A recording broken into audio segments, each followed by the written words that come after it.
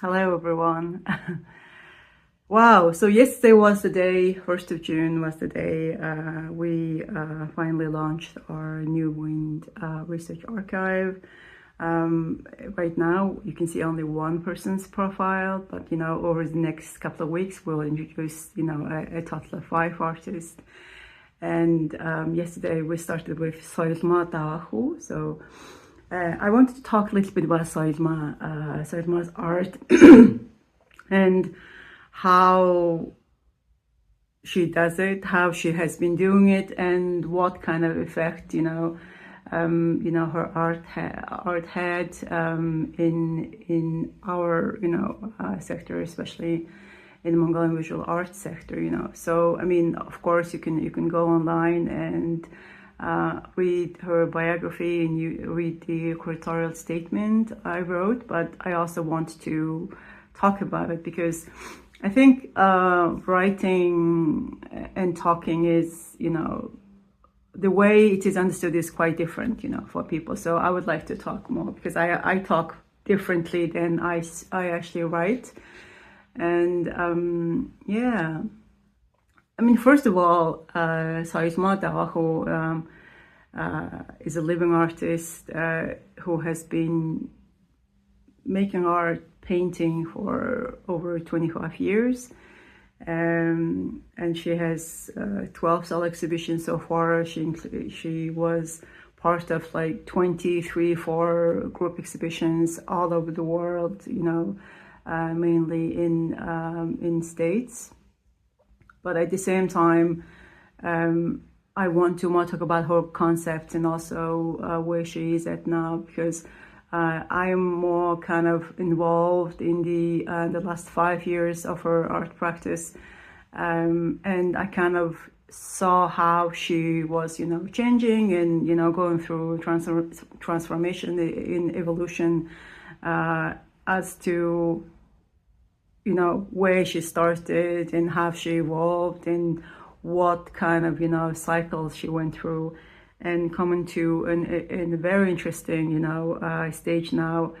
I find it very, very interesting to see the changes it happened through this years. First of all, I would like to mention that in any kind of standard, or not just in Mongolia, in any country, I think sustaining an art practice for over 25 years consistently, it in itself is an achievement, So because I know many people, I know artists. I'm also artist myself. Not so practicing at the moment, but I have a training in painting and photography. So it's quite challenging to keep showing up every day, through everything, no matter what happens, So that is also one thing that it's quite unusual, I would say, especially in a country where there's really not much kind of support for artists. I mean, there is a couple of NGOs operate in the country, but overall the lack of support is quite clear for many of the artists working in Mongolia. But she kind of decided at a young age that she will become an artist. She is from artistic family, but also the way she kind of continued on, kind of creating her own timeline, is also very I find that quite admirable, because it is very easy to be kind of influenced by and you're reacting to external events and whatever is happening, in this world, in this society. And it's quite easy to be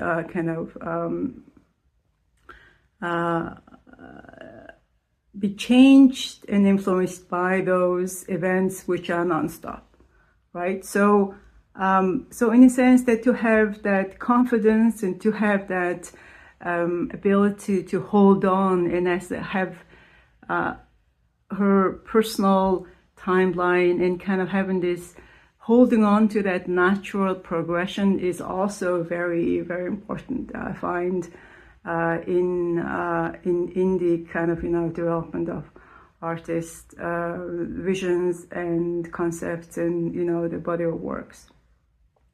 And I mean, she is known as an artist of Dakini dancers. They call it. So Dakini is a very broad term. Refers to a number of things, but the simplified version of Dakini is a goddess, a sky goddess, in Buddhist art.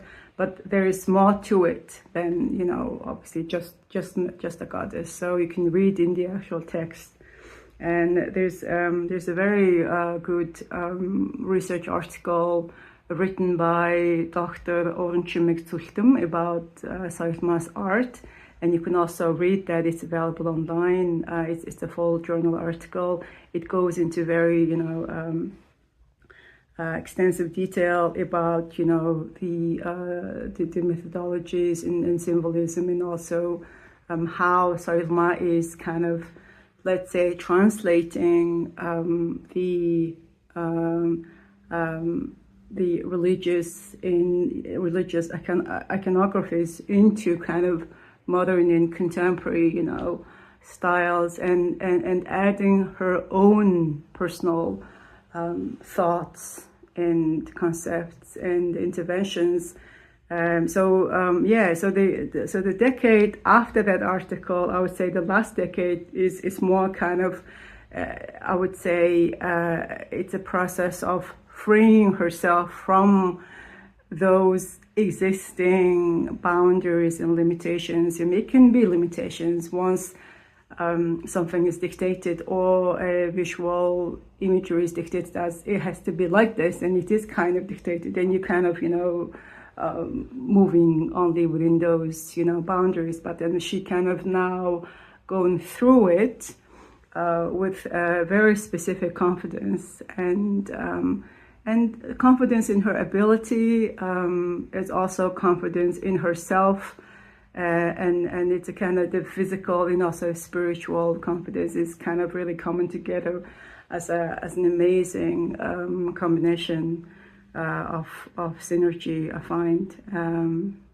Especially I love her painting titled Untitled, painted in 2023, and I find that just really defining piece, especially for Soyolmaa's long career, because I see more Soyolmaa in that painting than any other paintings that she did. There is very less reference to the Buddhist narratives or imageries or symbolisms, but there is Soyolmaa there, So I think from the training I have, which is more kind of let's say Western European training, and that kind of resonates with me more actually, and I see that the level of abstraction is increasing, and now it's going towards that very